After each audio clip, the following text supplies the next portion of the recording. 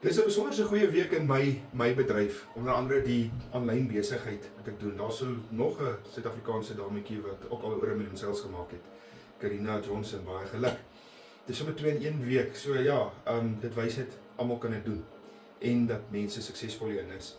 Nou ja, ek doen dit en ek groei en ek doen dit met oorgawe, geniet dit. Maar weet jy, dit is nie net om net miljoene te jaag nie. Dit is net om bietjie asem te skep vir die gemiddelde ou daar buite wat ek mee praat, sê altyd van dieselfde ding van, jy sê Andre, ek wil net as ek net nog 'n 20 of 30 'n maand inbring. Weet jy, ek kry net nie genoeg gespaar nie. Lewenskoste is so duur.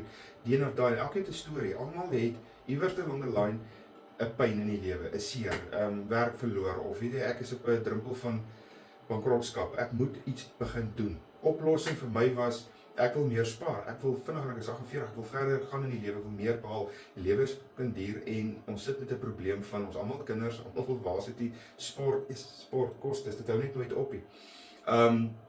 Almal van ons wil net extra en daai een inkomste is net nie meer genoeg nie. Daarom my oplossing was aanlyn besigheid, was om my legacy te begin en dit te volg, want dit werk vir my. Dit is vinnig, is maklik, is beproef, daar's nie risiko nie.